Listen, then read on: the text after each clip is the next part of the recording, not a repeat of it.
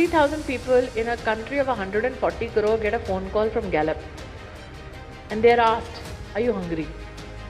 Now trust me, I have left my house in Delhi in the morning at 4 today. I did a conclave there, got a flight at 5 o'clock to come to this program.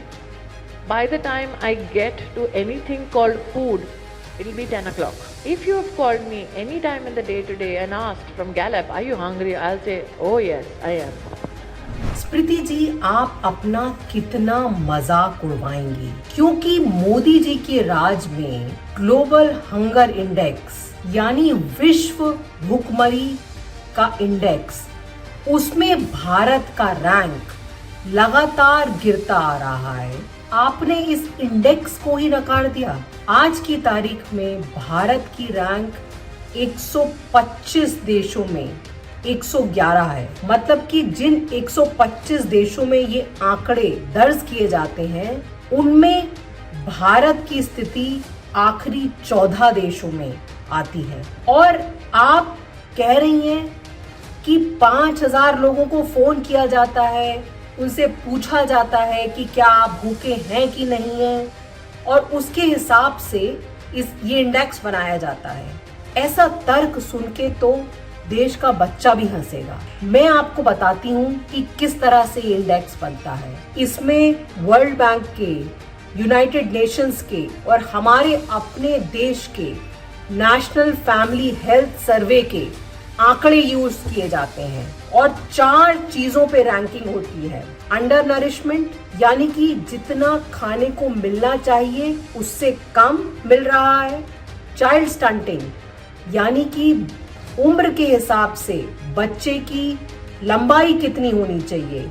Child wasting मतलब वो बच्चे जो बहुत ज्यादा कमजोर हैं, जैसे जिनको बोलते हैं सूखा हो गया है। और चाइल्ड मोर्टालिटी मतलब कि देश में जब एक बच्चा पैदा होता है तो उसका 5 साल से पहले उसकी मृत्यु होने के कितने चांसेस हैं। ये सारे आंकड़ों को जोड़ के ग्लोबल हंगर इंडेक्स बनाया जाता है। आप कह रही हैं कोई मुझे फोन करके पूछे कि क्या मैं भूखी हूँ, तो स्मृति ईरानी जी का जवाब होगा कि आज मुझे भी सुबह से कुछ खाने को नहीं मिला, इसलिए मैं भूखी हूँ। माफ कीजिए मैडम, आप या भारतीय जनता पार्टी का कोई और नेता कहीं से कोई भूखा नजर नहीं आता है। भगवान की कृपा से आप सब फल फूल रहे हैं, आप सब समृद्ध हो रहे हैं, लेकिन देश में भूखमरी और गरीबी दोनों बढ़ रही है।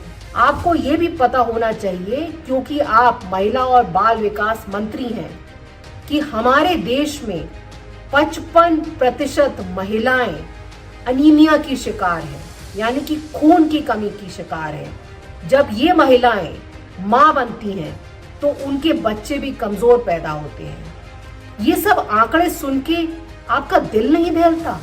आपको ये नहीं लगता कि आप महिला विकास मंत्री हैं तो आपको कुछ करना चाहिए, बल्कि आप देश के गरीब लोगों का मजाक उड़ा रही हैं इस तरह का कुतर्क देके?